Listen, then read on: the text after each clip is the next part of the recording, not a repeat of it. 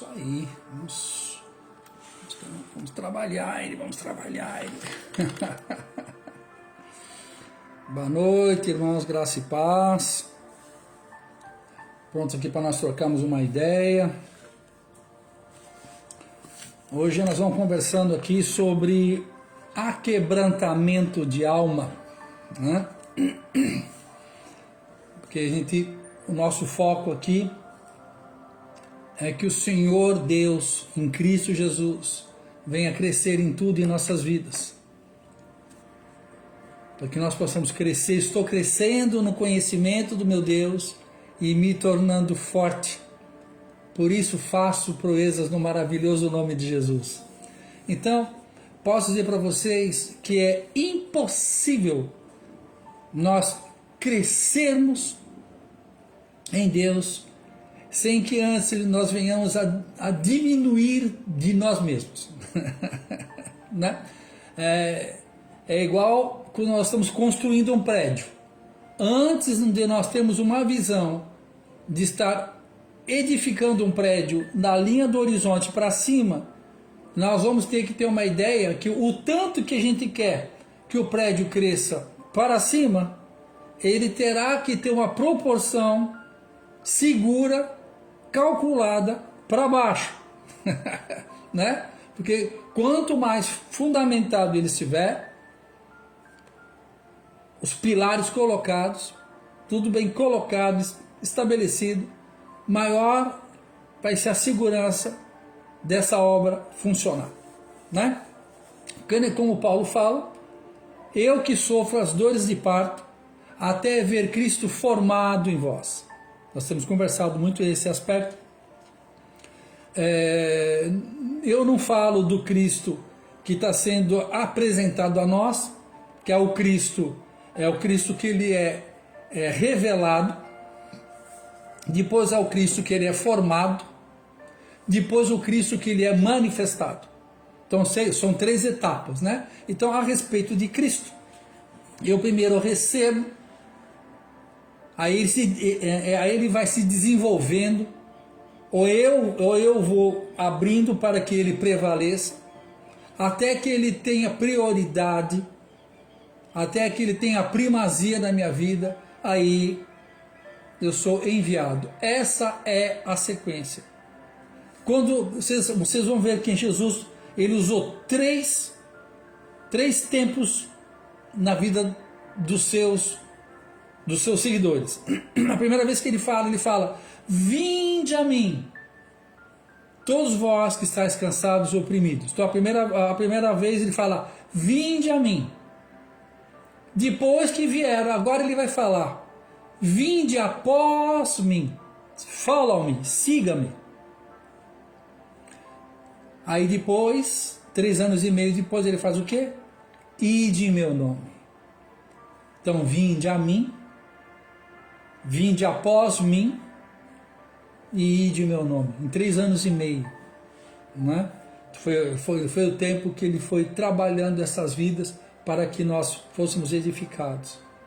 Então, quando nós entendemos que no reino de Deus, antes que haja uma manifestação da glória de Deus aparente, haverá um trabalho no secreto de Deus na sua vida, na minha vida, para que isso aconteça de uma maneira sólida, de uma maneira constante, contínua e madura. Tá? Então hoje que nós vamos conversar aqui um pouco, é esse caráter, essa área de nossas vidas que Deus gosta de trabalhar, e a ferramenta para isso chama-se quebrantamento. Tá? Então, se você quiser começar comigo aqui, ligar ou abrir a sua Bíblia em Salmo 51, versículo 17.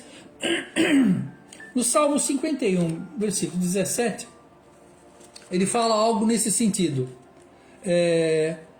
Diz o Senhor: a um coração quebrantado e contrito, Deus não desprezará. A um coração quebrantado e contrito, Deus não desprezará. Deus não está interessado no que você está fazendo. Deus está interessado naquilo que o seu coração está sentindo.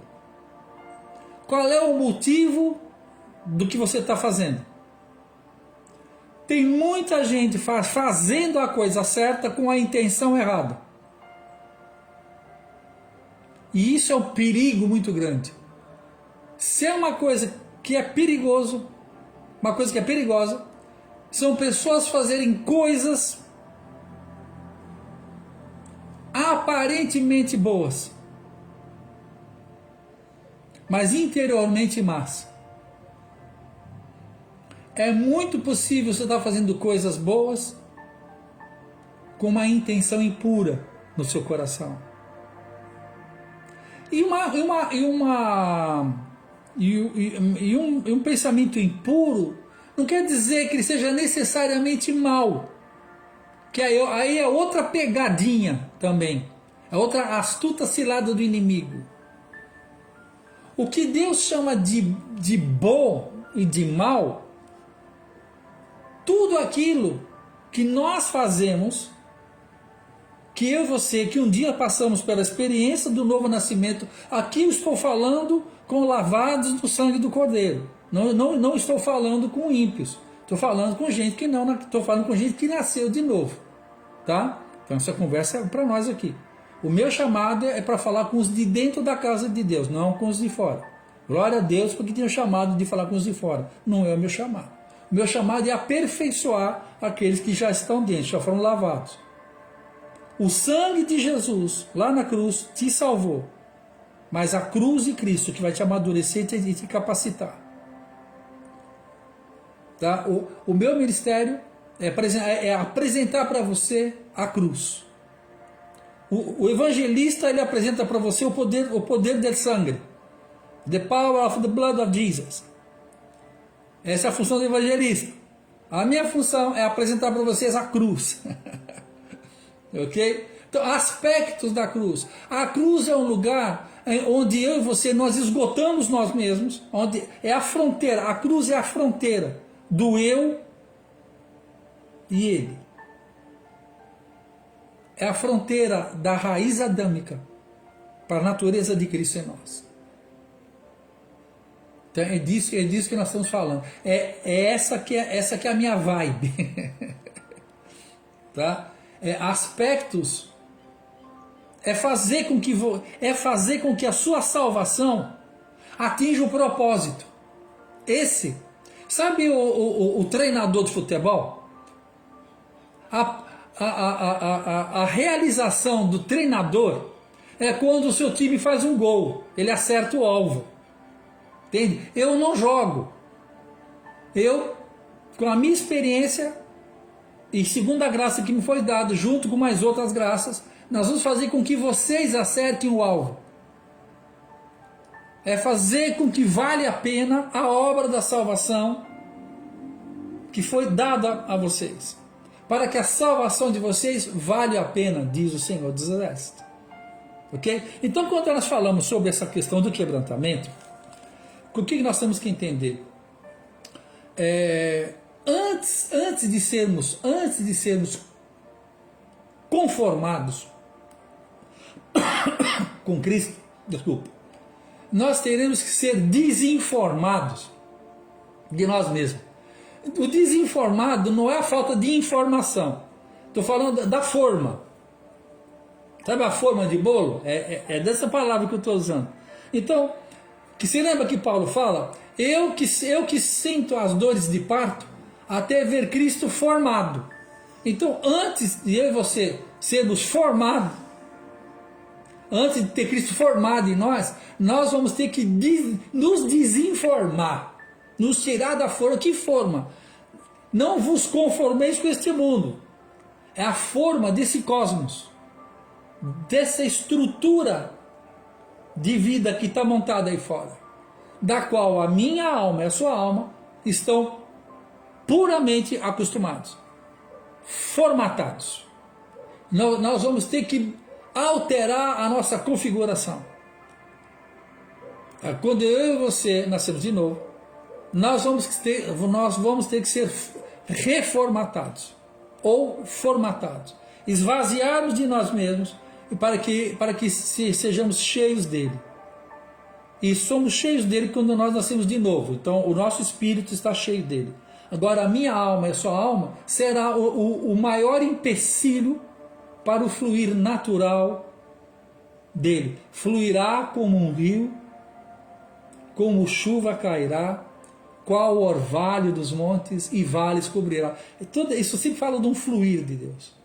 A natureza de Deus na minha vida e na sua vida, a vontade, o fluir de Deus na minha vida e a sua vida, é que a gente flua como um rio. Agora, para que ele possa fluir, nós vamos que tirar esses pedregulhos, essas sujeiras, esses pedaços de troncos antigos, essas coisas, essas curvas de rio que impedem o fluir dele, tá bom? Então, quando nós entendemos essa definição de quebrantamento, nós vamos entender, agora eu vou ler e comentar, né? O quebrantamento é o processo que Deus usará para remover impedimentos almáticos que atrapalham o fluir de Deus em nossas vidas, né? Então, ao contrário do arrependimento, o arrependimento é quando eu e você nós temos aqueles pecados que são escancarados, tá? Sabe aquele pecado que é escancarado, todo mundo sabe, tá à luz do dia. Para isso usa-se a ferramenta do arrependimento. Agora existe uma outra ferramenta que é o aquebrantamento. Quebrantamento que é uma e aquebrantamento que é a outra, tá? Quando fala sobre quebrantamento, é aquilo que Deus quer tirar de nós, que nós achamos que é bom. Ele não é necessariamente um pecado. O arrependimento, ele trabalha com os pecados escancarados em nós. Ok? Mas aqui ele quer tratar com vaidades íntimas, que nós chamamos de fortalezas mentais. Fortalezas são áreas em nossas vidas que nós mesmos defendemos, são ideias que nós mesmos concebemos a nosso respeito, em que nós não permitimos que Deus governe. Está entendendo? Porque quando eu e você passamos pela experiência do novo nascimento, Jesus se tornou nosso Salvador e Senhor.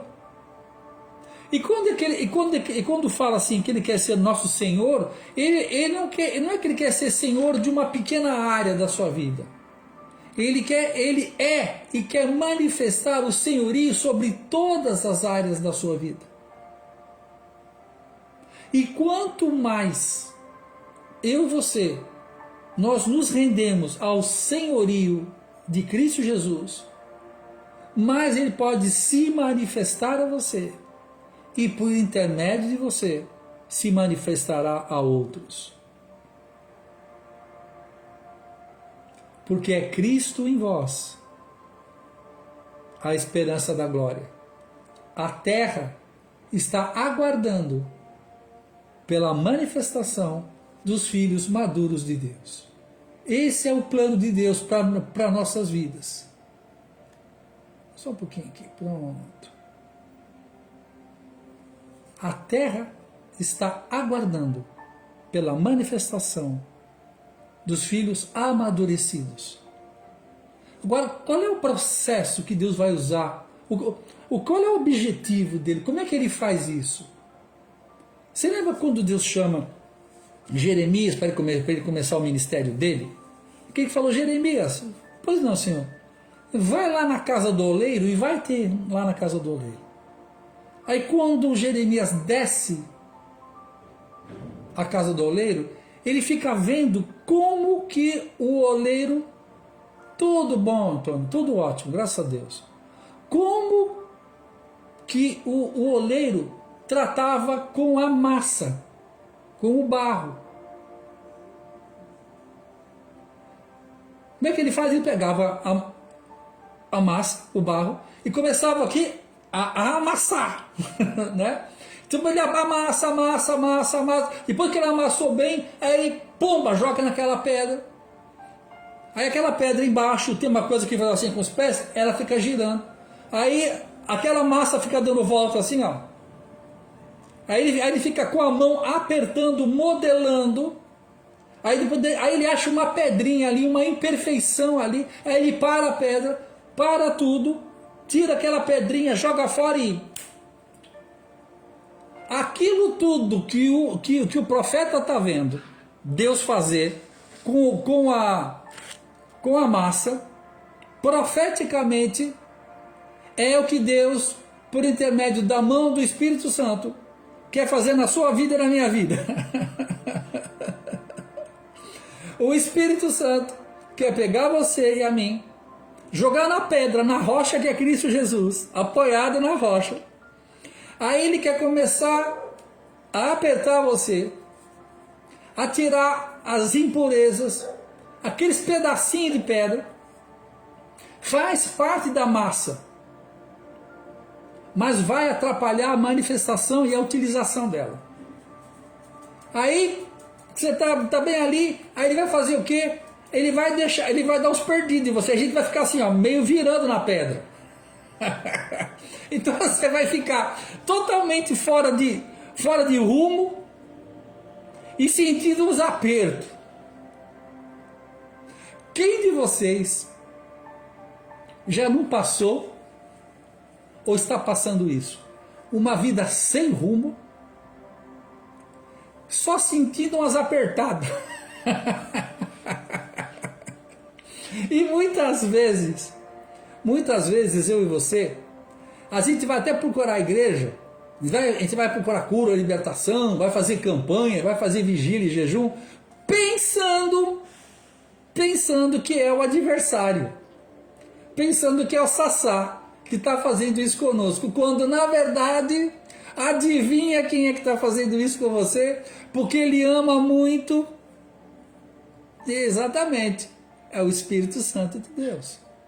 Então nós precisamos ter a maturidade para discernir a procedência do que está acontecendo em nós. Então, na proporção que eu vou falando essas coisas, para que isso seja para vocês uma bússola, para que isso seja para vocês uma medida de entendimento. Vocês vão ver aqui em cima, ó, aqui no meu banner, está um livro que eu escrevi. Eu lancei esse livro faz uns 10, 15 dias. Tá lá na Amazon. Esse livro está falando sobre justamente o que aconteceu na minha vida. Eu tenho 40 anos de vida cristã. Sou pastor há 20 e poucos anos e ensino há 30. E agora, 1 ano e meio, ou 2 anos atrás, aprove a Deus executar em mim um processo de me levar a um nível maior. Ou se foi promovido, foi promovido. E aí como é que foi? Foi uma beleza, ele me pegou, me pôs uma cruz, me escondeu, perdi tudo que tinha, acabou tudo, plumba. Deus me parou. Tem gente que Deus para com doença, a mim ele parou financeiramente, travou tudo meus negócios. Falava, chega, agora eu quero você para mim. Igual ele fez com Jó. O nosso Deus ainda continua sendo Deus. Muito obrigado pelos coraçõezinhos, muito bem lembrado. Muito bem lembrado. Tec na telinha, por favor, muito obrigado isso. E o que Deus fez comigo? Ele me pegou, ele me pôs numa cruz, ele me esgotou, depois ele me escondeu. Eu passei um período de muitos meses, Deus mesmo me pegou e me escondeu.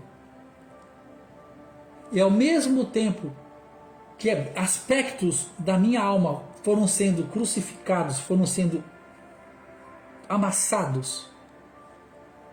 Aspectos da natureza de Cristo começaram a brotar de dentro para fora. Porque a semente de trigo, se caindo na terra não morrer, ela não dá fruto. Mas se ela morrer, ela dá muito fruto, diz o Senhor dos Exércitos. Você é uma semente na mão de Deus. E se você de fato é uma semente na mão de Deus, get ready, fique pronto. André, obrigado, meu, obrigado.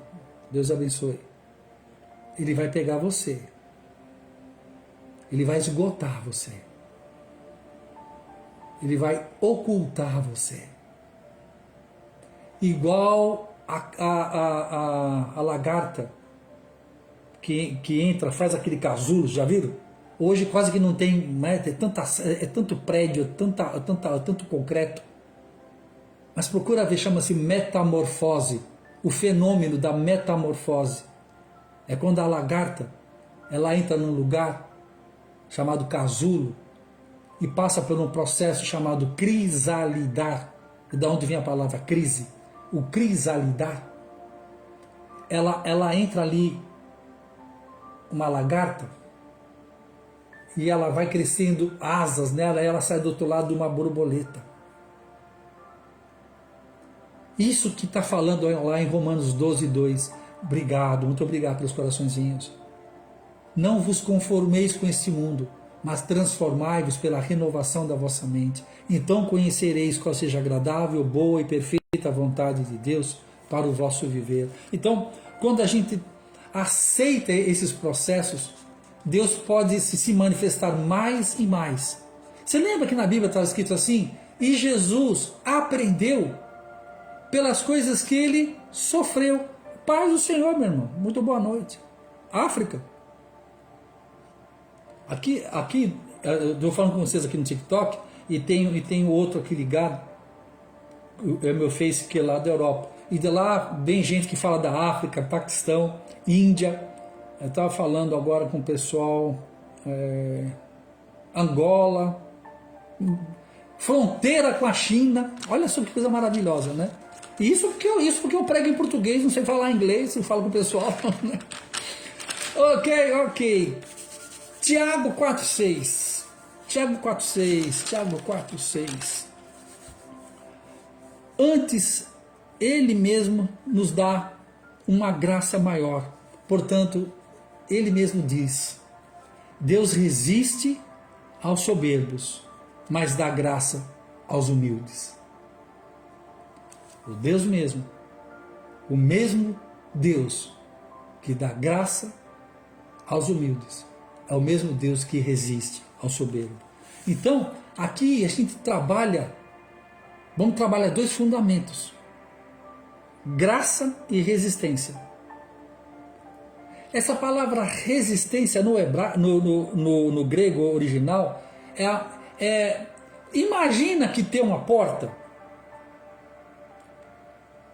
e nessa porta tem um guarda que ele tem 1,80 m de ombro e 2,5 m de altura. É maior que a porta. E ele está assim, ó. E você precisa passar para o lado de lá. E ele fala, vem. Que nem o Bruce Lee, né? Vem. Isso que significa a palavra resistir. Deus dá graça ao humilde, mas resiste. Ele põe a mão no seu peito. Deus resiste ao soberbo. Então, essa questão, esse parâmetro da graça e da resistência, é que é tão interessante quando nós entendemos isso. Muitas vezes eu e você vamos viver um período da graça de Deus. O que é a graça? Em última análise, que a gente fala de graça, graça é o favor imerecido de Deus.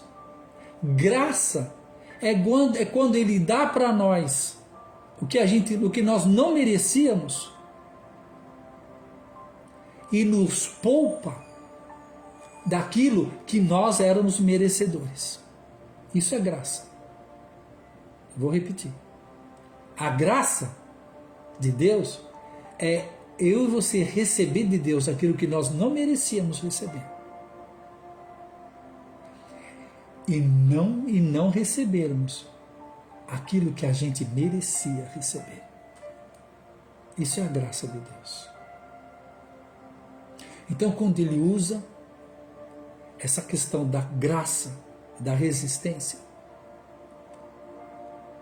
nós temos que entender, muitas vezes eu e você, nós estamos tentando passar para um lado, fluir para uma próxima etapa na sua vida, e talvez você esteja sentindo uma forte resistência. Você tenta, não consegue, você tenta, não consegue, você tenta, não consegue. E aí você pensa que é o inimigo,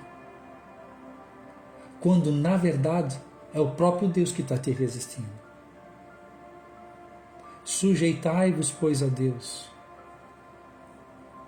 e resisti ao diabo, e o diabo fugirá de vós.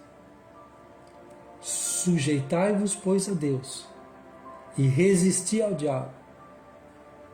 O problema é quando nós não entendemos, quando nós não somos ensinados a esse respeito,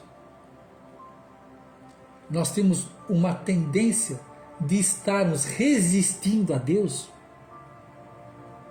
e se sujeitando ao diabo. Sabiam disso? Não é nada incomum isso acontecer. Você sabe por quê? Vamos pensar uma coisa? Vamos. Quando Jesus estava com fome lá no deserto, no 40º dia, ninguém foi ajudar Jesus, ele estava lá sozinho. Vocês perceberam que Jesus foi... Não foi José, Maria, os amigos dele, os parentes, ninguém achou ele. Só um achou ele, o Satanás. E quando o Satanás foi falar com ele, qual foi a proposta que Satanás ofereceu para ele? Satanás chegou para ele e falou assim: por que você não dá ordem para esses pães aqui transformar em x-salada, em x tudo? Porque está escrito. Você dará ordem e fará o que você precisa. Aí Jesus respondeu: também está escrito. Aí Satanás pega Jesus e leva ele lá pro píncaro da glória lá. E fala para Jesus: Jesus, usa do seu atributo. Ele falou: Gente, presta atenção. O Satanás foi oferecer para Jesus o quê? Uma perdição? Ou foi dar uma ideia para ele de salvação? Salva a ti mesmo. Você está entendendo? Satanás usou a escritura para tentar Satanás.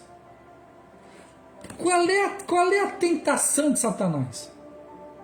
É tentar com que você e eu resolvamos os nossos problemas na nossa capacidade humana.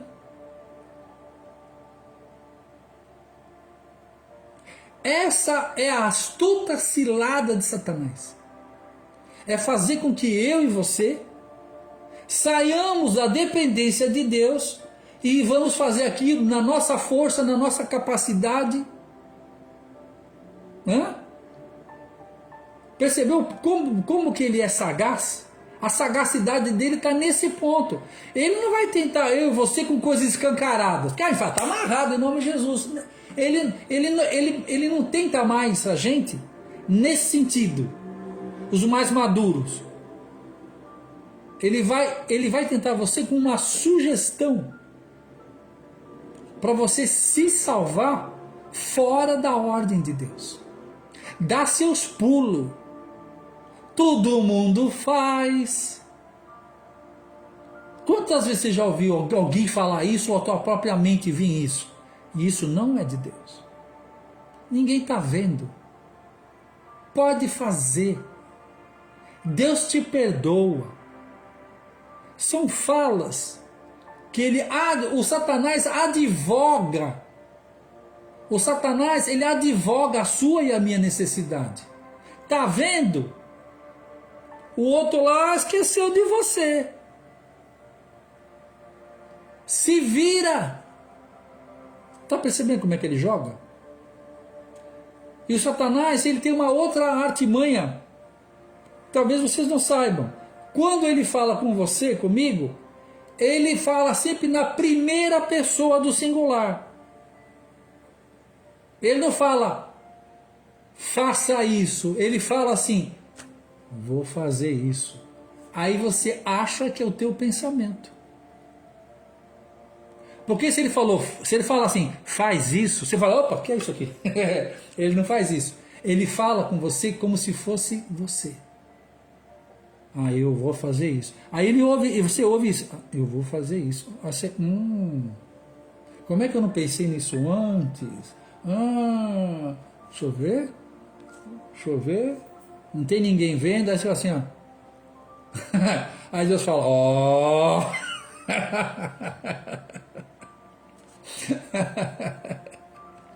Então, quando a gente fala dessa questão do quebrantamento, a gente está procurando fazer com que nós venhamos a dar para Deus uma oportunidade de Deus trabalhar em nossas vidas. É interessante que na Bíblia tem duas palavras que são muito parecidas, mas também ela mostra para nós dois estilos diferentes, duas épocas, duas ferramentas diferentes que têm um nome muito parecido. Quebrantamento e aquebrantamento. Não sei se vocês já perceberam isso. Tem uma diferença sutil na palavra, mas muito forte nos seus efeitos. Eu vou dar um exemplo para vocês. Vamos falar aqui do quebrantamento. Quebrantamento é quando Deus ele vai falar direto ao seu coração. Tá? Vamos pegar um exemplo muito conhecido na Bíblia de quebrantamento do rei Davi. O rei Davi, quando ele pega Betseba e tem relações com ela forçosamente. Depois ele manda matar o marido dela, que por sua vez era filho do seu conselheiro de guerra, Aitofel. Aitofel era o sogro de Urias, conselheiro de guerra. Olha a burrada que o grande rei Davi fez. Davi tinha as mulheres que ele queria lá, concubinas, mulheres. Aí ele vai querer uma mulher, e essa mulher era casada, e casada com um dos melhores soldados fiéis do batalhão dele, da qual o pai de Urias, Aitofel, era conselheiro, um dos melhores conselheiros de campo de batalha de Davi. Olha o que o cara fez. Quantas vezes eu e você colocamos tanta coisa a perder por causa de uma atitude, de uma carnalidade, de uma vaidade, né? E nisso passaram muitos meses fazendo aquilo, e ele pensou que estava na boa. Até que um dia o profeta Natan, Davi, e aí, beleza? Beleza, tá. Davi, pode dar para trocar uma ideia aí? Beleza, vamos, senta aí. Então é café, chá, o que você quer? Dá um cafezinho mesmo. A coisa vai ficar preta aqui, dá um café. Então, Davi, cara, eu fiquei sabendo de uma história aí, é verdade, fala que o profeta ele tinha acesso ao rei, né? Cara, você acredita de um fazendeiro aí? Meu, o cara tinha todas as ovelhinhas que ele quisesse ter. Você acredita que ele foi lá na casa de um cara bem pobre e roubou a única ovelha que ele tinha? Davi fala, não acredito que o cara fez isso. Um cara desse tinha que morrer. Aí Natan fala assim, é de você que eu estou falando. Quando Natan olhou para ele, falou, about you, é de você que eu estou falando. Davi, imediatamente ele, pequei. O que aconteceu ali? Gente, eu vou falar uma coisa para vocês. O pecado, ele nos cega. O pecado, ele tem a capacidade de nos cegar. Ele tem a capacidade de nos deixar surdos para ouvir a voz de Deus. Um coração duro. Naquela época, o Espírito Santo não habitava nos homens. Naquela época, o Espírito Santo visitava. Não habitava. Porque o sangue do Cordeiro ainda não havia sido, do Cordeiro perfeito, ainda não havia sido derramado. Então ele não podia ficar, ele só visitava. E nessa unção, o profeta vai e ministra ao coração de Davi. Como Davi tinha um coração quebrantado, automaticamente, imediatamente ele se quebrou. Isso é o coração quebrantado. Esse é um processo de quebrantamento. Quebrantamento é quando Deus trata diretamente com você. E a quebrantamento, pastor? A quebrantamento é quando Deus vai usar de situações externas para tocar a sua vida, como Ele fez com a minha. Eu tenho um coração tão duro que ele teve que fazer aquebrantamento. Quebrantamento não. Quer um exemplo de aquebrantamento? Que todo mundo conhece também? Naamã. Naamã, um general de batalha, ganhador de muitas guerras, um cara assim, conhecido pelos seus logros, conhecido pelas suas vitórias e conquistas. Famoso na mídia, milhares de seguidores. Porém, contudo, todavia, ele tinha uma doença, ele tinha uma lepra. E para esconder essa lepra, ele usava várias vestes para esconder a lepra. E essa lepra estava o consumindo. E um dia, ele na casa dele, ele não era de Israel, ele era um povo que vira e mexe vivia brigando. Ele ouve uma criada que era do povo de Israel, que ele tomou como escrava. Ela estava lá como escrava.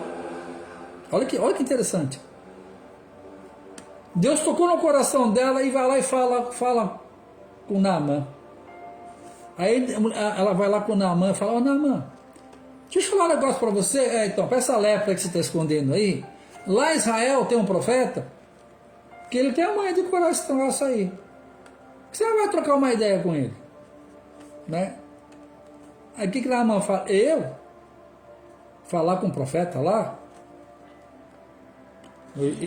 Olhou para o estado dele e pediu cartas ao seu rei para que o rei entrasse num contato protocolar, né, com o rei de Israel,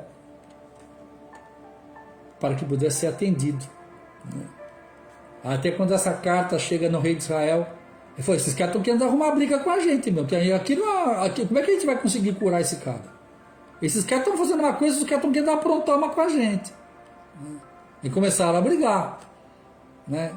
Eu estou contando a história bem por cima. Que papo vem, papo vai, acabou indo. Foi. Teve a permissão de entrar em Israel. Quando ele vai a caminho de Israel, falou, ó, tem um profeta lá. Né? O profeta fala, manda esse cara vir aqui, fala que aqui tem. Né? Fala que aqui o Deus de Israel está funcionando. Aí ele vai em direção à casa do profeta. Só que quando ele vai em direção à casa do profeta, O profeta manda o seu secretário ir falar com Naamã. Fala para Naamã que não é para vir na minha casa. Fala para ele lá no Rio Jordão, tirar as suas vestes e se lavar lá e mergulhar 7 vezes. Aí o office boy do profeta foi lá. Então, Naamã, o negócio é o seguinte, o profeta falou que não quer que você vá na casa dele, não. Ah, não, mas como é que vai me curar? Ele falou que você tem que ir lá naquele riozinho lá no Rio Jordão e se lavar lá 7 vezes. Aquilo bateu em Naamã como se fosse o pior que um tapa na cara. Ele falou, esse riachinho aí. E tem época que o Rio Jordão é cheio, tem época que ele está em baixa. Na época dele estava em baixa, né? Ele falou, lá no meu país tem rios muito maiores que esse. Se fosse para fazer isso, eu me lavava lá no rio. Né? Aqui, né? Você acha que eu vou... Porque, na verdade, Naamã não estava querendo tirar a roupa por causa da impureza da sua pele. Aí chegaram para ele e falaram assim, Naamã, se fosse algo difícil, você não faria, não? Quanto mais agora, sendo uma coisa fácil. Naamã ponderou e foi lá. Aí diz a Bíblia, na proporção que ele foi tirando a túnica, a capa, primeiro tirar a capa, depois ele foi tirando a túnica, ele foi se desnudando, ele foi mostrando a sua lepra, ele foi mostrando a sua área mais podre. E o rio era raso, então não tinha como ele se proteger. Ficou nu e se colocou e deitou na água. Primeira vez, segunda vez, terceira vez, quarta vez, quinta vez. Na 7ª vez, quando ele levanta, ele está totalmente curado. É uma história rápida, lindíssima. Procura aí na Bíblia, de Naamã, o homem que desceu as águas 7 vezes. O número 7 na Bíblia fala do número perfeito de Deus. Naamã teve que passar pelo processo do aquebrantamento. Às vezes Deus vai usar do quebrantamento para falar comigo e com você. Ele vai tratar direto ao seu coração. Mas se ainda assim ele não achar um caminho do seu arrependimento, ele vai usar a segunda ferramenta, que é uma ferramenta mais ofensiva, que é do aquebrantamento, por intermédio de situações. Talvez tenha situações, talvez hoje você esteja na sua vida uma pessoa que tem uma coleção de vitórias em várias áreas da sua vida, mas tem uma que você não consegue desvencilhar. Tem uma área na sua vida que é como uma lepra. A lepra, na Bíblia, era uma doença que ela desagregava. Quem tinha lepra tinha que viver no leprosário, tinha que ser afastado da comunidade, tinha que ser afastado da sua família e viver num lugar bem distante. Eles viviam nas cavernas. As famílias, quando ia visitar, que era muito raro, ficavam à distância. Quando um leproso passava por um lugar, ele tinha que gritar, leproso, leproso, leproso. Ele tinha que gritar para todo mundo a sua lepra. Talvez vocês não estejam gritando a sua lepra, mas todo mundo está sentindo o cheiro dessa área podre na sua vida. E talvez Deus já quis tratar com você nessa área podre na sua vida, na minha vida também. Talvez hoje eu esteja sendo um Natan na vida de vocês.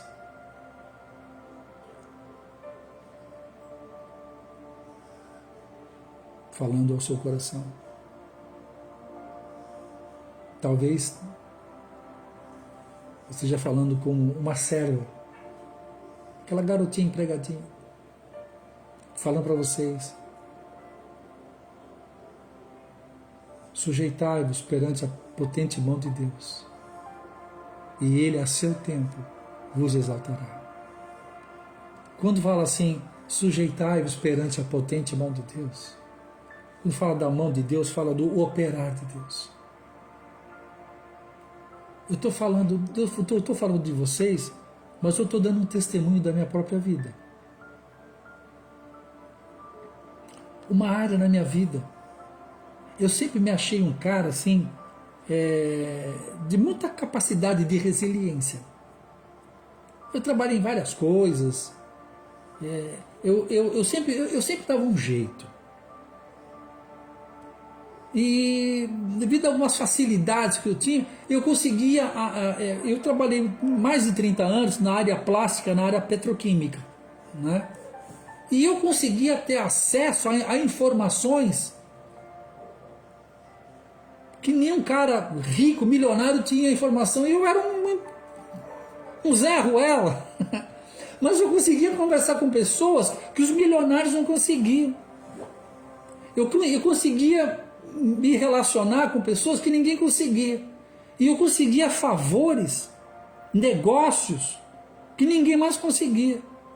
Só que eu não tinha dinheiro. Eu tinha a graça, mas não tinha dinheiro. Aí eu conheci um pessoal da coluna judaica que tinha muito dinheiro, mas não tinha a graça que eu tinha. Ele tinha grana, mas não tinha graça. Eu tinha graça, mas não tinha grana, né? E nos juntamos. E a minha função, da minha graça, eu conseguia arrumar negócios tremendos. E eu vivia disso. Arrumava o negócio, arrumava o produto, arrumava o cliente, e falava para ele: ó, dá para a gente comprar por tanto, vender por tanto, o nosso spread, a nossa margem de lucro é esse. Aí eles faziam o cálculo, tá? Então disso aqui você tem X% de comissão. Aí eu ganhava a comissão e não fazia mais nada. Aí para transportar, faturar, dar prazo, era tudo eles. Aí eu já não cuidava de mais nada. Aí eu já voltava para minha sala e ficava pronto para o próximo negócio. E é assim que eu vivia. Para o mundo era muito legal. Então eu era um cara muito esperto. Sabe um cara muito esperto, muito ligeiro, muito assim. Era ruim? Não, não era ruim. Isso não é pecado. O problema é que eu não entregava essa área para Deus ser Deus da minha vida. Porque nessa área, tipo assim, nessa área eu me garanto. Nessa área eu não preciso nem de Deus. Sabe aquele papo assim? Não preciso nem que Deus me ajude. Entendeu? E eu criticava quem não tinha. Eu achava que era inferior. Que estava em pecado, era inferior. E eu tinha um orgulho de conseguir as coisas que eu conseguia. Até que chegou o meu dia. Quando chegou o meu dia, assim como foi nos dias de Jó, comecei a perder um negócio aqui, outro ali, outro lá. Eu era um cara que eu fazia 10 negócios, 12 davam certo. Até negócio que eu não fiz eu ganhava comissão. Mas de um cara que fazia 10 negócios e 12 dava certo, eu passei a ser um cara que fazia 8 negócios e 15 dava errado. Então, quando você faz 8 negócios e 15 dava errado, o que acontece com você? Prejuízo. Aí comecei a fazer isso aqui, ó. Igual o Jó. Aí você ora, eu levantava de madrugada, aí orava, jejuava, fazia corrente. Fazia corrente não fazia não. Aí eu amarrava o Satanás, aumentava as minhas ofertas, né? Que eu vou dar e o senhor vai ter que dar para mim. Afinal de contas, tá escrito. É o Satanás, né? Eu dou, Deus tem que dar. Aí você ouvia aqueles pregadores, né? Não, tá. Aí eu, pá, na força da alma, na força do orgulho, e fui decaindo. A tal ponto, chegou uma hora que eu não tinha mais nada. Perdi 3 a 4 dígitos. Eu falei, e agora? Aos 60 e poucos anos de idade. Eu falei, já sei como é que eu vou fazer. Eu vou para os Estados Unidos. Eu fiz a conta. Vou trabalhar lá, começo lá com um peão. Eu não tenho problema com isso, eu gosto de trabalhar. Começo lá com 12, 13 dólares a hora. Depois vou chegando a 16. Aí na minha manhã, converso com um, converso com outro, tal. Chego em 25, 28 dólares a hora. Nos meus cálculos, em 5 anos, morando lá, eu recuperaria o que eu perdi e ainda teria o lucro. Um bom lucro. Foi o meu plano. Comecei a falar com os irmãos de New Jersey, Orlando. Comecei a fazer. O meu planinho, sabe o meu planinho? O meu planinho. Só que não deu nada certo para os Estados Unidos. Mas em compensação, eu conversei com um amigo meu, que há 30 anos atrás, um casal de brasileiros missionários, que saíram do Brasil e foram para a Inglaterra, e eles tiveram um grande sucesso lá, fizeram uma grande obra lá, em todos os sentidos. Aí eu resolvi conversar com eles. Falei, cara, eu tenho vontade de sair do Brasil, assim, o que vocês acham, né? Ele falou, cara, eu vou dizer para você que nós estamos saindo da Inglaterra, estamos indo para Portugal. Inclusive, lá em Portugal, a gente vai precisar de alguém de confiança, e você é um cara de confiança. Se Deus tocar no teu coração para você ir para Portugal, para quem não sabe, é um dos países mais pobres da Europa. Eu sou filho de português, tenho dupla nacionalidade, e...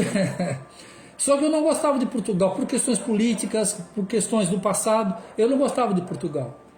E quase que eu falava, já fui para o Canadá, já fui para o Egito, já fui para vários lugares. E meu pai falava assim, ô Zeca, meu primeiro nome é José, né? Ô Zeca, tu não vais a Portugal? Eu falei, não vou, pá. Por quê? Eu falei, porque eu não gosto de português. Eu falava bem assim.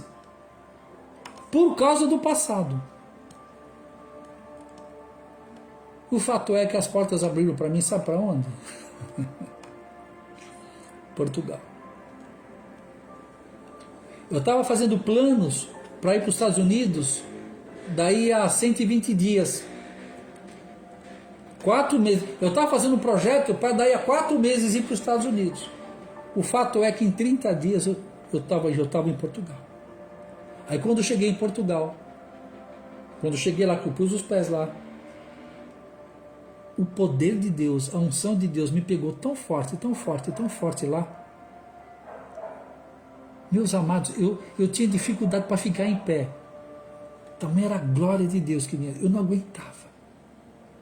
Aquele amor, aquela compaixão. Eu não entendendo nada. Mas é quase como se eu estivesse sendo batizado no Rio Jordão.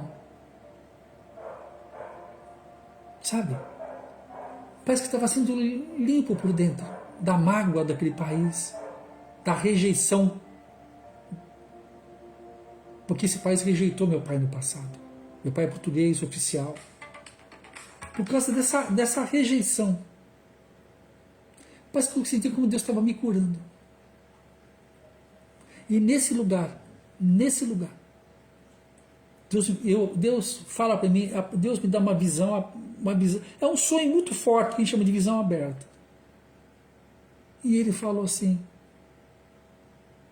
edificarás os de dentro. Deixa eu só me autorizar mais uma hora aqui, peraí. Isso, beleza. Lá eu recebi um chamado de Deus. E Deus começou a trabalhar com a minha vida. Aí Deus me chama de volta para o Brasil, aí eu venho para o Brasil Aí ele começa todo esse trabalho que eu falei, da cruz, sepultamento. Deus começou a trabalhar muito, muito na minha vida. Mas foi em Portugal. Portugal foi o meu ponto de convergência.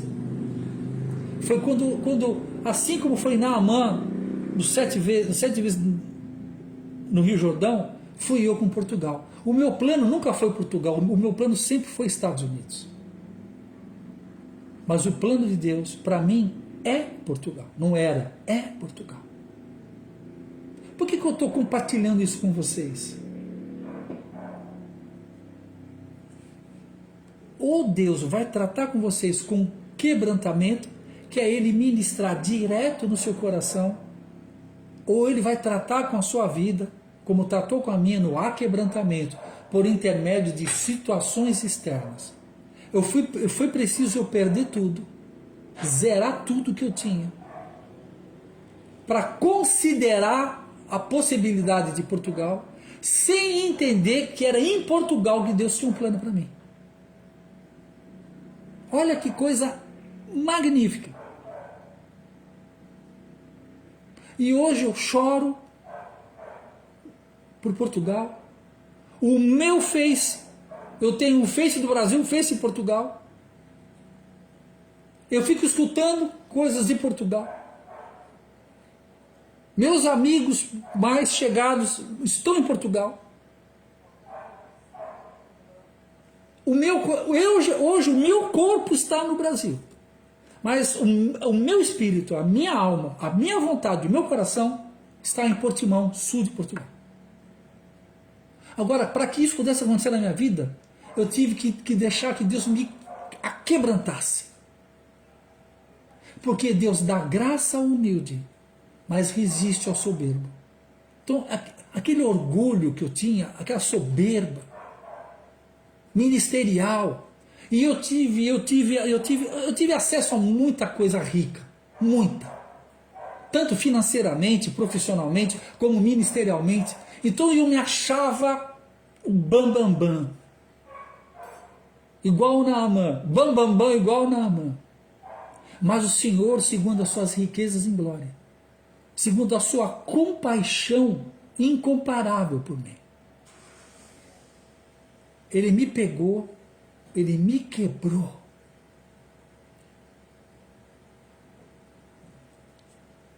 E permitiu que eu vivesse a glória dEle. Não de uma... Gente, eu não estou falando de uma religião. Deus não é evangélico, Deus não é católico, Deus não é budista, Deus é santo. Santo, santo, santo. Se lembra do profeta Isaías? Que do capítulo 1 ao capítulo 5 de Isaías ficava falando, ai de vós. O profeta Isaías se achava melhor do que todo mundo, igual a mim. Eu me achava mais espiritual que todo mundo. Eu estudava mais que todo mundo. Eu orava mais que todo mundo. Eu queria ser mais do que todo mundo, para olhar todo mundo de cima. Orgulhoso, soberbo. Me afastei de todo mundo, porque ninguém era merecedor da minha presença. Oh, miserável homem que sou.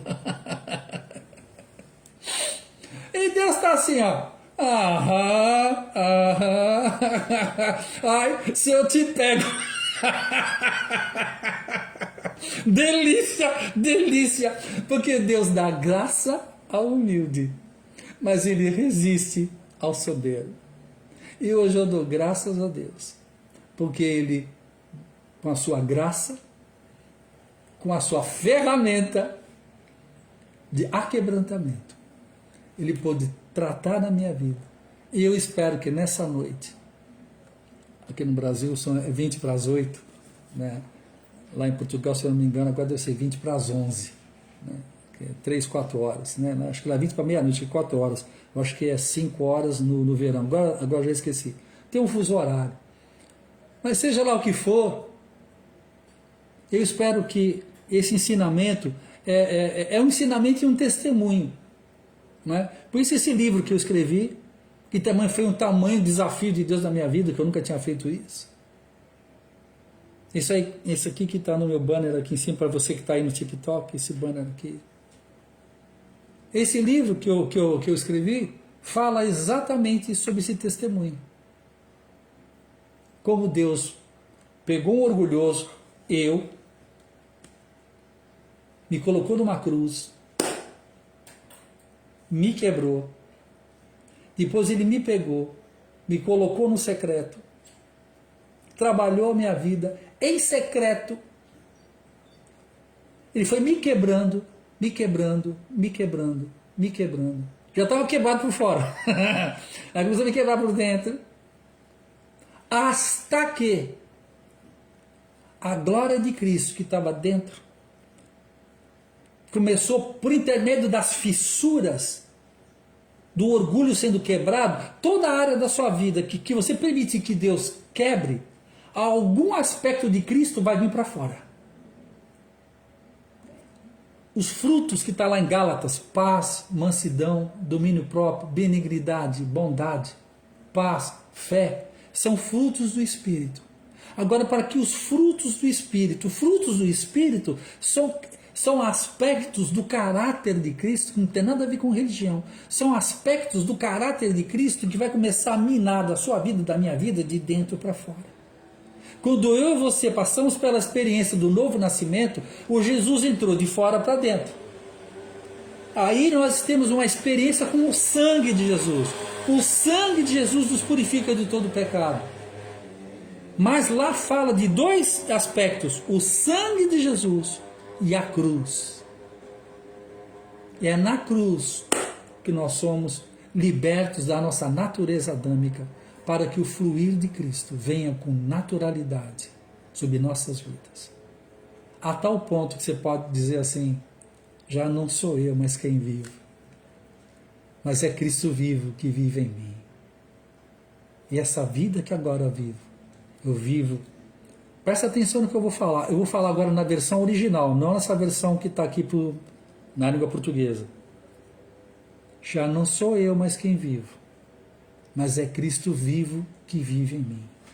E essa vida que eu agora vivo, eu vivo da fé. Eu vivo da fé de Cristo. Não é fé em Cristo. O inimigo das nossas almas, o adversário, tem fé em Cristo. Só não lhe obedece. A proposta de Deus não é que eu e você tenhamos fé em Deus. O que está proposto para nós é que nós venhamos a viver na terra usufruindo, desfrutando da fé de Cristo. Porque a fé, ela não é uma força, a fé é uma pessoa. Paz não é um sentimento, paz é uma pessoa, Jeová Shalom. Jesus, agora ele não cura, agora ele é cura. Jeová Rafá. Agora ele não faz mais justiça para mim e para você, agora ele é a justiça. Jeová Nissi, a nossa bandeira.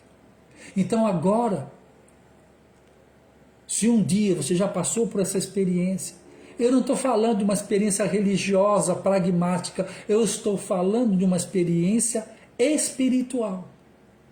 Eu não estou falando de misticismo sobrenatural, isso é misticismo. A religião trabalha com o místico. Eu não estou falando de experiências místicas. Eu estou falando de uma experiência mítica. Eu estou falando de algo espiritual que transcende o sobrenatural. Quando você tem uma experiência com o espiritual, que esbarra no sobrenatural, mas é nu, a essência é no espiritual. Aí, por intermédio disso, a gente pode o fluir de Cristo em nossas vidas. Aí você pode falar, já não sou eu, mas quem vivo. Por quê? Se eu e você, aquele que já passou pela experiência do novo nascimento, a sua vida é crucificada junto com Cristo. É isso que eu estou falando de algo espiritual, porque o espiritual ele é atemporal. no nosso calendário, no nosso tempo cronológico, no grego é tempo cronos, foi há 2000 e poucos anos atrás. Agora, no relógio de Deus, que é chamado tempo kairos, kairos ou kairos, é eternidade. Então, o sacrifício de Jesus está sendo agora. Que para Deus o ontem é hoje, o amanhã hoje é. Entendeu? A eternidade não é um amanhã que nunca acaba. Foi um ontem que se prolonga. Por isso, muitas vezes as pessoas se perdem nas promessas de Deus para suas vidas. Porque Deus faz uma promessa. Por exemplo, Deus fez uma promessa para mim sobre um chamado às nações. E eu pensei que ele ia se cumprir na próxima semana. Só que esse chamado Deus fez para mim em 1992. E eu estava pensando, falei, agora eu vou. Pela graça de Deus, eu visitei algumas nações, mas nunca debaixo de um chamado. E agora, para onde ele me chamou, eu não queria ir. Entendeu? Eu queria ser mestre e profeta nos Estados Unidos, no Canadá, em Roma, em Israel, no Egito, do lugar que eu fui. Lá eu queria ser. Agora em Portugal eu não queria ser em Portugal. Agora a graça de Deus. E vou finalizar essa conversa nossa com uma palavra disso na vida de vocês.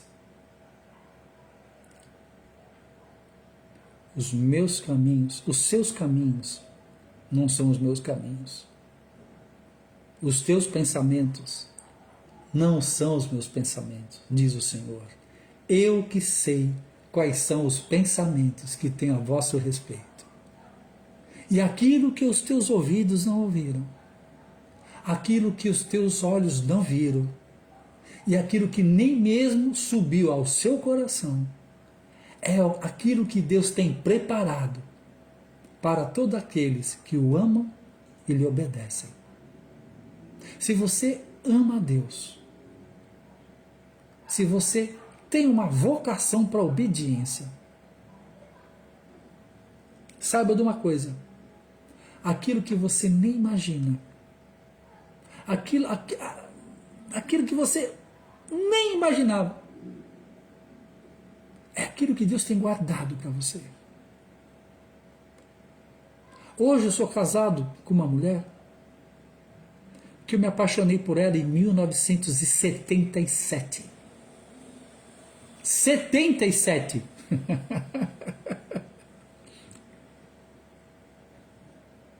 Só que eu fiquei 40 anos sem vê-la. Passado 40 anos, eu vejo essa mulher. E meu coração bate por ela igual a 40 anos atrás. 40 anos atrás. E o interessante é que ela também gostava de mim. uma paixão. Por que eu estou falando isso? Por que eu estou abrindo a minha vida para você dessa maneira? Hoje, eu tomo café da manhã, eu almoço.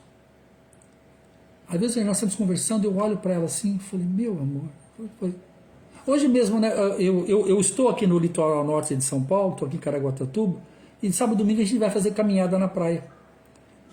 E ela conversando comigo, falando, que a mulher fala pra caramba, mas ela estava falando assim, eu olhei para o outro lado assim, cara, eu comecei a rir, quase chorar. Por quê, pastor? Porque eu conheci ela, eu conheci ela na minha classe, na minha aula, eu estava acho que na 6ª série, né? E ela entrou na sala de aula e eu me apaixonei por ela. Só que eu era muito tímido e ela era muito bonita, então eu não tinha coragem de falar com ela, né? Então eu fiz amizade com a amiga dela que sentava na carteira da frente. Então eu fiz amizade com a amiga dela. Eu ficava batendo papo com a amiga dela, mas eu queria mesmo era conversar com ela, só que não tinha coragem. Só que ela ficava conversando com a minha amiga. Então eu ficava ouvindo a voz dela. Como eu não tinha nem coragem de olhar para trás. Eu era tão muito envergonhado, não tinha muita coragem, não tinha coragem. E gago também, muito gago. Olha só, né? Então a voz dela ficou muito guardada. Durante 40 anos eu ouvi a voz dela. E hoje, que nós já estamos casados há 10, eu ouço a voz dela, eu me lembro a voz daquela menina. Eu tinha 16 anos, ela tinha 15. Eu ouço a voz daquela menina. Por que eu estou abrindo o jogo para você sobre isso? Não perca a esperança em Deus. Porque ainda que possa demorar 40 anos, aquilo que eu jamais imaginei. E quando ela apareceu na minha vida, eu estava numa situação emocional muito ruim. Depois, outro dia, eu vou dar um testemunho. Durante 40 anos, ela aparecia em sonhos para mim. Eu não quero me prolongar mais, senão daqui a pouquinho tem que pregar outra vez. Mas durante 40 anos, ela aparecia para mim de tempos em tempos, nos meus momentos de maior crise. O rosto dela vinha numa foto assim, tá na minha frente. Eu não entendia nada. Porque uma coisa é amor de adolescência. 10 anos depois, nunca procurei, nunca fui atrás dela. Ela seguia a vida dela, eu seguia a minha vida, tive um casamento. Mas 40 anos depois, de 10 em 10 anos, de 15 em 15 anos, de tempos em tempos vinha a foto dela. Mas há 10 anos atrás, há 11 anos atrás, que foi no nosso tempo, eu estava numa crise, numa solidão muito forte. E mais uma vez veio a foto dela. Só que desta vez veio a foto e embaixo veio escrito o nome e sobrenome dela. E ela é descendente de russo. Então o nome dela era bem difícil.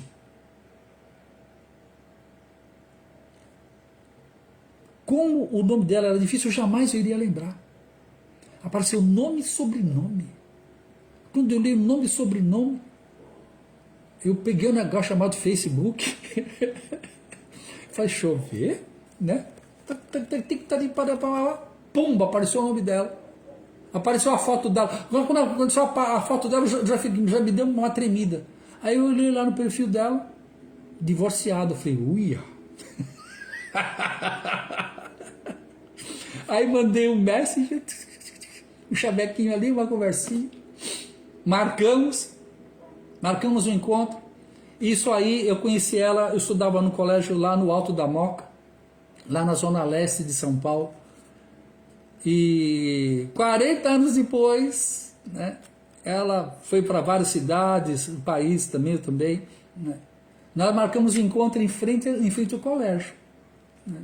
Falei, vamos bater um papo. Falei, vamos lá em frente ao GEPAMA, GEPAMA, Grupo Escolar de 1º e 2º Grau, Adelina Mazagão Alcover. Marcamos em frente ao colégio. Eu cheguei antes e ela chegou, uns 15 minutos depois.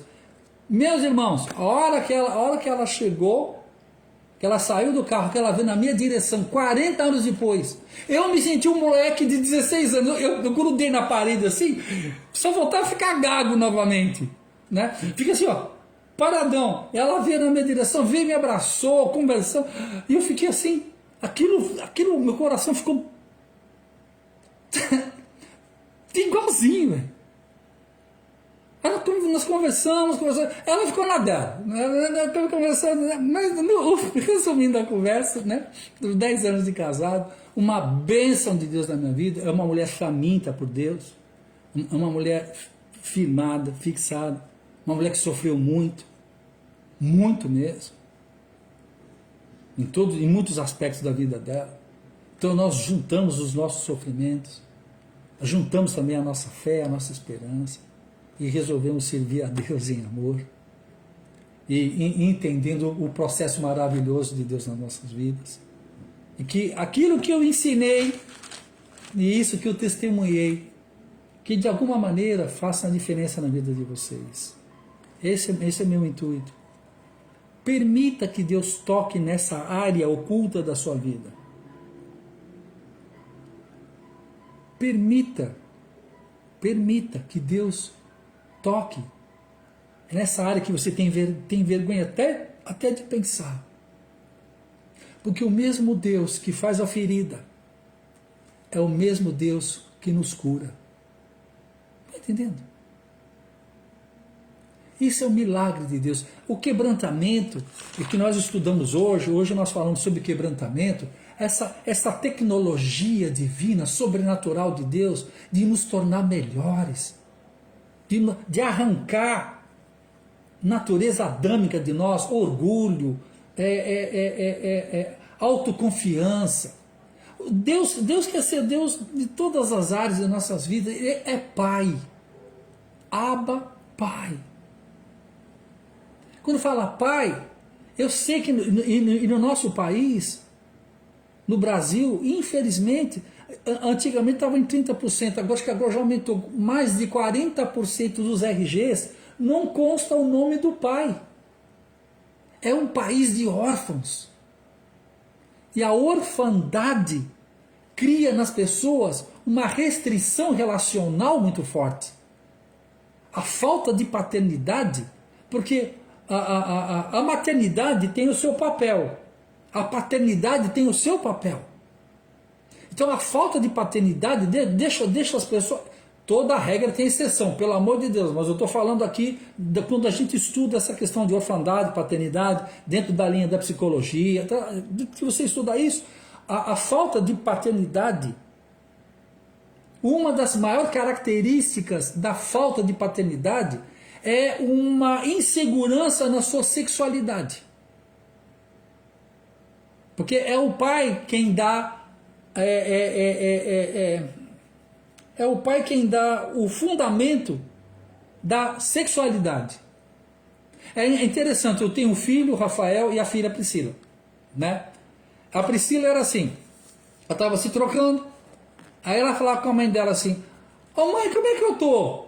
A mãe dela, tá bem filha, nossa, tá bem, então tá bom, pai. Então tá bom, né? Mãe. Aí eu estava na sala, aí ela passava assim, né? Aí eu olhava para ela assim, aí falava assim, uau, mãe, que linda. Quando ela falava isso para ela dava aquele suspiro assim, olhava assim para mim, né? Falou, é mesmo, pai. Eu fazia poesia para ela, eu cantava para ela.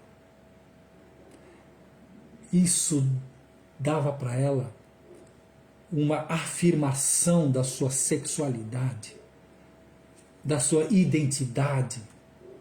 Ela cresceu uma mulher totalmente segura de si.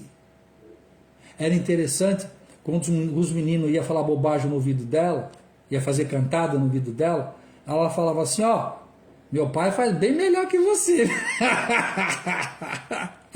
Por quê? Porque eu falava assim, é melhor ela ouvir de mim, sentir a minha barba no rostinho dela, do que ela ter que procurar alguém que dê autoafirmação para ela lá fora. O alto grau de prostituição de adolescentes e mulheres está justamente porque elas não tiveram carinho do pai. Então a falta da barba, do abraço do pai, da afirmação sexual e da identidade faz com que muitas mulheres hoje se joguem o braço de qualquer um que fale que ela é bonita. Por favor, olhe para essas mulheres, não tenha raiva delas. A maioria dessas mulheres que hoje tem uma vida leviana, se você fizer uma análise da vida delas, não tiveram pais. Ou tiveram pais abusivos, ou pai presente fisicamente, mas ausente socialmente, espiritualmente, não ocupando o seu papel de sacerdote da casa, provedor, aquele que dá o nome. Você pode ver, não tem o nome do pai. Isso é um golpe tremendo na identidade de uma pessoa. A falta da mãe é muito forte, mas a falta do pai é pior ainda. Então que a gente possa restabelecer as nossas vidas. É por isso que eu acho que uma das coisas mais gloriosas do cristianismo, não sei se vocês sabem, eu estudei 56 religiões mundiais. Eu estudei, porque eu gosto de estudar, eu vivo para estudar. Eu estudo o dia inteiro, eu tenho prazer nisso. Minha mulher fala, pelo amor de Deus, você não cansa de estudar? Eu falei, não, estudar para mim é o meu respirar. Às vezes eu estou na praia, mas eu prefiro estar em casa estudando, é a minha natureza. Demorei para estudar, porque eu sempre fui. Eu estudar no colégio eu não gostava não, mas depois que eu me converti, nossa, eu estudo pra caramba. E isso trouxe para mim, vamos, vai, o horário já tá muito forte. Gente, deixa pra lá. Se eu não ficar falando muita coisa aqui, eu falo demais. Porque como a minha mulher fala, você fala demais, então eu falo demais. Gente, uma boa noite. Vamos encerrar por aqui. Tem a minha página lá no YouTube. Vocês querem ouvir mais? @Tex Novo Pacto. Tá a minha página lá no YouTube. Tenho lá uns 140, 150 vídeos, aula. Tá? Você quer ler algo a meu respeito? Tá aí na minha bio, tá aí a Amazon. Eu tenho 2 livros, estou fazendo o terceiro livro agora. Os meus livros é de caráter prático, não teológico, que de teologia eu estudei bastante e encho o saco. Então, custa R$ 9,99, é mais barato que um pastel. Tá aí o link na bio, tá aí na Amazon. Você clica lá, tá? E você ajuda eu voltar para Portugal. Porque eu quero ir para Portugal, mas eu quero ir para Portugal como pastor, mestre e como escritor também. Porque é um voto que eu tenho no meu coração. Hoje eu estou abrindo meu coração aqui. Eu não tenho nada contra ministros que são sustentados por ministérios. Estou nem aí. Amém por isso. Desde que o ministério tenha condições financeiras para arcar. Eu particularmente e a minha esposa temos o mesmo pensamento. Nós queremos trabalhar para que nós não sejamos peso para as igrejas. Muito pelo contrário. Nós queremos trabalhar para que com o fruto das nossas mãos nós possamos abençoar igrejas. Eu falo com igrejas de África, eu falo com igrejas do Paquistão. Tem igrejas lá que o pouco que eles recebem, as crianças lá em Punjab, no Paquistão, as crianças trabalham no trabalho escravo fazendo tijolos. Aqui também no norte do Brasil também. Isso não é algo exclusivo lá do Paquistão. Mas eu vejo a dificuldade deles. E eles querem muito que a gente vá para lá dar aula. Entende? Então, e é um custo. Eu não quero, eu quero ir com o meu dinheiro. E eu entendi hoje que infoprodutos, você fazer livros, fazer workshops, fazer essas coisas, dá para sustentar a nossa vida. Eu não tenho aposentadoria.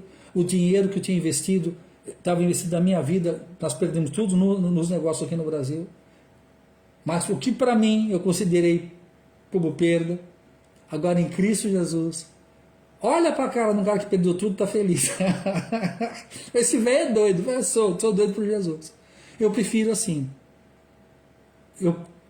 Porque quando eu tinha muito dinheiro, eu não era feliz. Eu era crente, mas eu não era feliz. Hoje, com esse tratamento, com esse aquebrantamento, eu acho que eu me sinto igual Naamã. Entendeu? Eu fui curado. Eu me sinto curado. As minhas vitórias exteriores não se comparam com a maior vitória que Deus me deu hoje na minha vida. De ter passado pela cruz, pelo sepultamento, ressurreição e ter uma vida ressurreta. Uma vida ressurreta é quando você não vive mais para você. Porque já não sou eu mais quem vivo, mas é Cristo vivo que vive em mim. E essa vida que agora vivo da fé de Cristo, que muito me amou. Um ótimo domingo para vocês, final de domingo para vocês. Hoje é o primeiro dia da semana, tá? Amanhã é o segundo dia. Amanhã começa a semana. Não, a semana já começou hoje. Então hoje é um bom dia para você se aquebrantar perante Deus. Deixa Deus testificar no Espírito de vocês a respeito da verdade. Permita Deus pegar vocês. Eu sempre termino as minhas reuniões fazendo uma ceia aqui. A ceia do Tex é diferente. A minha ceia, eu quero que vocês façam o seguinte. Olho no replay. Nós estamos aqui agora em comunhão. Jesus, na noite que ele foi traído, ele pegou um pão e mostrou para os seus irmãos, para a sua equipe ministerial, e ele falou assim: Façam isso em memória de mim. Ele pegou o matzá, igual o pão sírio aqui no Brasil, aquele pão redondo, pegou o matzá, apresentou ao Pai, consagrou, partiu e deu aos seus discípulos. Ele falou o seguinte: faça isso em memória de mim. O que? Comer pão? Não. O que ele falou foi o seguinte: santifiquem-se, consagrem-se a Deus. Deixa o Espírito Santo partir vocês. E deixa que o Espírito Santo de Deus envie vocês às nações. Buscar em primeiro lugar o reino de Deus e a sua justiça, e as demais coisas vos serão acrescentadas. Deixa Deus. Isso é uma obra de Deus nas nossas vidas. Nós jamais vamos conseguir fazer as obras de Deus na força da nossa carne. Não estou falando de religião. Estou falando de uma experiência espiritual. Cristo em você e em mim. Deixa que Ele te eleve, deixa que Ele te consagre, deixa que Ele te aquebrante e deixa que Ele te envie. Até o nosso próximo encontro, querendo Deus. Um grande abraço para vocês. Até nos ver. Em nome de Jesus. Tchau, tchau, gente. Tchau, tchau.